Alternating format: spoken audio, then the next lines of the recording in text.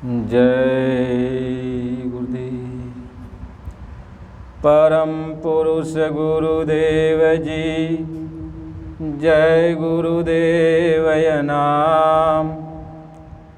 अलख यगम की पार में स्वामी तुम्हें प्रणाम। कोटि कोटि करूं वंदना, अरब खरब प्रणाम। चरण कमल बिसरू नहीं, जय गुरुदेव नाम। परम पूज्य स्वामी जी महाराज, आप सभी प्रेमी सत्संगी भाई बहनों,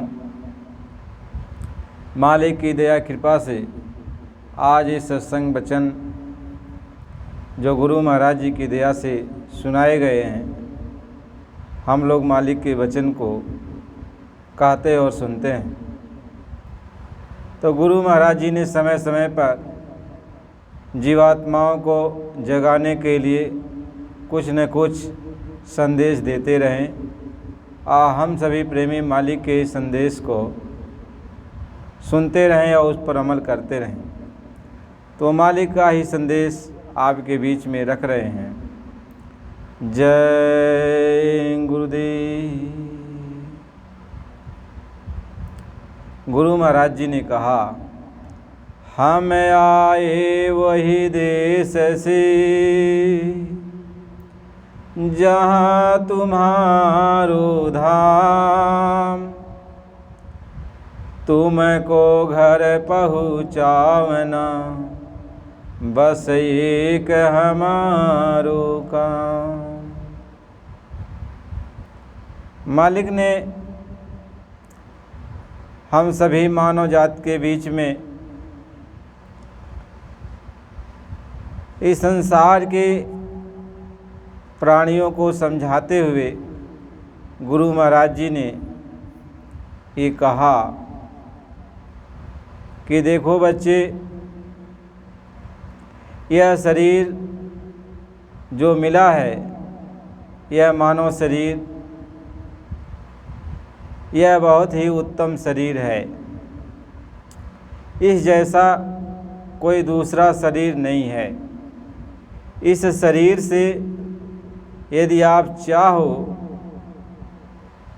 तो अपनी आत्मा को जगाकर और आप अपने घर जा सकते हो। यह आपका अपना घर नहीं है, यह आपका अपना देश नहीं है। यह देश पराया है, अपना नहीं है। आप अपने देश चलो। इस शरीर से ही आप अपने घर चल सकते हो। इस शरीर में अपने घर चलने का रास्ता दिया गया है। इसमें एक दरवाज़ा है। उस दरवाजे को जब खोल दोगे तो आप अपने घर निकल जाओगे। कहते हैं, साधन धाम मोक्ष करे द्वारा, पाई न जेहि पर लोक संवारा। ये शरीर अपने घर चलने के लिए एक साधन है, और जब तक आपके पास ये साधन है आप इसका उपयोग कर लो और अपने घर निकल चलो। इसमें जो दरवाज़ा है अपने घर जाने का, उस दरवाजे को खोलो और अपने घर चलो। गुरु महाराज जी बराबर समझाते हैं कि यह तन तुमने दुर्लभ पाया, कोटि जन्म भटका जब खाया। यानी ये शरीर हमें आपको सबको मिला बहुत कष्ट तकलीफ़ सहने के बाद। आपकी बार ये मानव शरीर मिला है, तो इस शरीर से हमें आपको अपना काम कर लेना चाहिए। अपना काम वही होता है जो अपने साथ जाए। हम शरीर के द्वारा घर, परिवार, समाज सबका निर्माण करते हैं। शरीर के द्वारा अथक परिश्रम करके रुपए पैसे का भी बैलेंस करते हैं। लेकिन ये देखा जाता है कि जब कोई भी यहाँ से जाता है तो उसके साथ न उसका मकान जाता, न उसके रुपए पैसे जाते, न उसके सगे संबंधी जाते, उसके साथ कुछ जाता नहीं है। यहाँ तक कि ये शरीर भी जिसको वो धारण किया हुआ है, यह शरीर भी उसके साथ नहीं जाती। तो शरीर के द्वारा किया हुआ जितना भी काम हुआ वो काम यहीं रह गया। इसी को पराया काम कहते हैं। पराया काम वही होता है जिसको धरा लिया जाता है और आप अपने साथ नहीं ले जा सकते हो। तो जब यहाँ से आत्मा को निकाला जाता है तो यहाँ के सारे सामान को यहीं धरा लिया जाता है।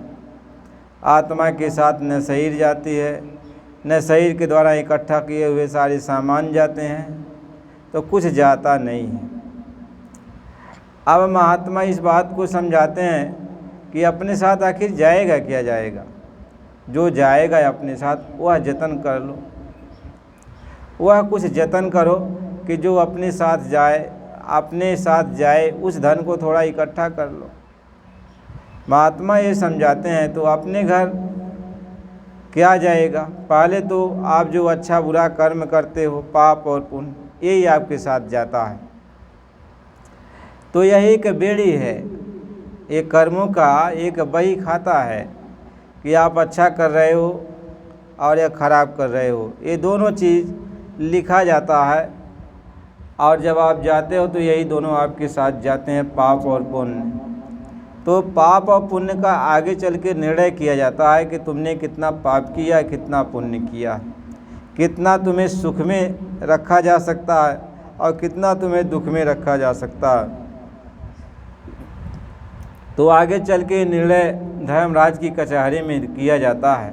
तो पाप और पुण्य तो यह एक बेड़ी हो गई, सुख और दुख की बेड़ी हो गई। यानी पाप ज़्यादा हो गया तो नरकों में डाल दिया जाता है, वहाँ नाना प्रकार का कष्ट दिया जाता है और उसके बाद 84 लाख योनियों में भेज दिया जाता है। पुण्य हुआ तो लोक बनाए गए हैं, स्वर्ग में 14 तबक बनाए गए हैं और ऊपर के लोक बनाए गए हैं। जैसा आपका पुण्य होगा उसके अनुसार उन लोकों में आपको भेजा जाता है। जब तक पुण्य आपका ख़त्म नहीं हो जाएगा तब तक आप आराम से वहाँ रह सकते हो। जब पुण्य क्षीण हो जाएगा तो आपको फिर इस मृत लोक में कर्म करने के लिए भेज दिया जाता है। अब आप अच्छा करो बुरा करो, अच्छा करो बुरा करो, तो जैसा अच्छा बुरा करोगे वही कर्म बन जाता है। अब उसकी सज़ा आपको भोगना भरना है। यही जन्म मरण का बंधन है। यदि आपके ऊपर कोई कर्म पाप पुण्य का न रहे तो यह बंधन आपको नहीं बांध सकता है। आप जन्म मरण के बंधन में नहीं आ सकते हो। महात्मा इस बात को समझा रहे, महापुरुष इस बात को समझाते हैं। तो ये मानव शरीर है, या तो अच्छा करो या तो खराब कर लो, यही आपके साथ जाने वाला अच्छा और खराब। लेकिन ये दोनों से आप छुटकारा पाना चाहते हो तो अच्छा और खराब ये दोनों, पाप और पुण्य, इस दोनों को ख़त्म करना पड़ेगा। पाप भी ख़त्म हो जाए और पुण्य भी ख़त्म हो जाए। तो जब पाप और पुण्य दोनों ख़त्म हो जाएगा तो आपको न अच्छा भोगना है न बुरा भोगना है। तो आप अपने घर चलो, निकल चलो। इस देश में ही नहीं रहना है। तो यह देश का कानून पाप पुण्य का है। पाप पुण्य छोड़ दिया, जो पाप पुण्य किया था उसकी सफाई करा लिया। अब जो है आप अपने घर निकल चलो। महात्मा इसी बात को समझाते हैं, सद्गुरु इसी बात को समझाते हैं। यहाँ महात्मा आपको और कुछ बताने के लिए नहीं आते, यही बताने के लिए आते हैं कि ये जो कर्मों का बंधन है पाप पुण्य का, इसको बच्चा ख़त्म करा लो और अपने घर निकल चलो। ये पाप पुण्य की बेड़ियाँ हैं, इन पाप पुण्य की बेड़ियों को ख़त्म करा लो। कहते हैं संत आए संत आए दया बरसाने, संत आए दया बरसाने, मगर इन्हें कोई कोई जाने। महात्मा आते हैं, जीवों के ऊपर दया करते हैं, उन्हें समझाते बुझाते हैं और कहते हैं अपने घर चलो बच्चा, यह पराया देश है। लेकिन हम लोग इसी देश को अपना देश समझते हैं, इसी के कामकाज को अपना कामकाज समझते हैं, तो महात्माओं का विरोध करते हैं और कहते हैं कि नहीं, ऐसा कोई महात्मा थोड़ी है जो यहाँ से किसी को निकाल सकता है, जन्म मरण के बंधन से किसी को अलग कर सकता है। महात्माओं को तो हम आम इंसान की तरह समझने लगते हैं और उनके साथ उनकी बात को तो सुनना चाहिए था, लेकिन सुनने के बजाय उनसे हम लड़ाई ठान लेते हैं और उनसे कहा सुनी करते हैं, बकवास करने लगते हैं महात्माओं से। और जो सच्ची बात आपको बताना चाहते हैं आप वो बता नहीं पाते, और बताते भी हैं तो आप लेते नहीं हो, उसको बहा देते हो। महात्मा ये समझाते हैं। इस तरह से जब संत महात्मा आते हैं तो जीवों को बहुत समझाया, बहुत, लेकिन जीव समझने ही वाला नहीं होता, क्योंकि काल माया के देश में इतना वह निर्बल हो गया, कमज़ोर हो गया है, मन बुद्धि के इतना अधीन हो गया है कि उसको और बात धंसती नहीं है। सिर्फ भोगों की बात वह सोचता है, अपने स्वार्थ की बात सोचता है, कपट की बात को सोचता है। वह इनसे उनसे मार पीट झगड़ा और इनका उनका छीना झपटी, इसी बात को सोचता समझता है, मान बढ़ाई में लगा रहता है और महात्माओं की सच्ची बात को समझता नहीं है। हर जगह वह वही काम करता है जिससे अपना फ़ायदा हो, वह स्वार्थी होता है। तो महापुरुष तो परमार्थी होते हैं, सबके लिए आते हैं, सबको समझाते हैं, लेकिन हम लोग महात्माओं से झगड़ा कर बैठते हैं, टकरार कर बैठते हैं और महात्माओं की बात को समझते नहीं, बूझते नहीं हैं। और जब महात्मा चले जाते हैं तो महात्मा का फ़ोटो लगा देंगे, उनका मंदिर बनवा देंगे, उनका जो है मूर्त बनवा देंगे और उसके बाद रोज़ सुबह शाम उनकी आरती उतारेंगे कि तो भगवान थे। अब ये भगवान थे, बताओ, जिंदा भगवान सामने है तो उसको घर से निकाल दिया, उसकी कोई इज्जत नहीं किया। वह सामने आया घर पे तो उसको धक्के मार दिया, उसकी बातों की अवहेलना कर दिया। अब जब वही चला जाता है तब उसकी आरती उतारोगे, उसकी पूजा करोगे, उसको भगवान का दर्जा दोगे। तो बताओ, कहें अब पछतावा क्या करे, जब चिड़िया चुग गई खेत, जब वो चले जाते हैं तब फिर पछता के क्या करोगे। आप कुछ भी करो, उससे कुछ होने जाने वाला नहीं है। इसलिए बड़ा भाग्य है कि आपको मानव शरीर मिला और महात्मा भी आए और आपको समझा रहे, तो समझ लेना चाहिए। समय से यदि कोई चीज़ मिले, गुरु महाराज जी समझाते हैं कि हम तुम्हारा दर्शन करते हैं, तुम हमारा दर्शन करते हो। इसी दरस परस के बीच में यदि कोई अच्छी चीज़ मिल जाती है आत्म कल्याण की, तो उसको ले लेना चाहिए और घर गृहस्थी में रहकर उसको आराम से उस काम को कर लेना चाहिए। महापुरुष इस बात को समझाते हैं। तो वही गुरु महाराज जी बराबर इस समझाते कि बच्चा, अब तुम अपना काम कर लो, अपनी आत्मा को जगाओ, क्योंकि जब तक आत्मा को जगाओगे नहीं तो आत्मा जागेगी कैसे। सबसे बड़ी तो बात यह है, आत्मा जागेगी कैसे। यह तो जुगों जुगों से सोई है तो जागेगी कैसे। जागने का मतलब यह है, ऐसा थोड़ी है कि आत्मा बेहोश पड़ी है, वह जाग नहीं रही, जाग रही है, चेतन है, लेकिन जिधर की बात इसको समझाया जा रहा है उधर ये ख्याल नहीं कर रही है।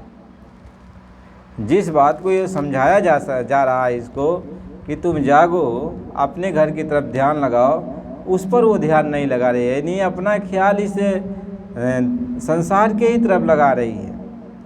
9 दरवाज़ों के जरिए पूरे संसार में अपने ख्याल को लगाई हुई है और उधर से सो गई है, अपने घर की तरफ से सो गई है, अपने देश की तरफ से सो गई है, अपने पिता की तरफ से सो गई है। तो जो अपना देश है उधर वो जब भी भूल गई है और इसी पराये देश को अपना देश मानकर इधर ही जाग रही है और उधर से सोई हुई है, यानी उधर भूली हुई है। तो महात्मा इसी बात को कहते हैं कि आखिर तुम अपने देश की कब याद करोगे, अपने घर की तरफ कब चलोगे। यहाँ नाना प्रकार का ही बताते हैं कि किसी को समझाने के लिए बताया जाता है कि वहाँ मत जाओ, देखो बड़ा कष्ट मिलेगा, बड़े तकलीफ मिलेगी, वहाँ ऐसी ऐसी चीज़ें हैं। तो समझाया जाता है, डर पैदा किया जाता है कि वास्तव में हम वहाँ जाएंगे, आग में हाथ डालेंगे तो हाथ जल जाएगा। तो पहले आगाह किया जाता है, महात्मा आगाह कराते हैं कि समझाते बुझाते हैं कि ताकि अब उससे बचने का कोई उपाय सोचे।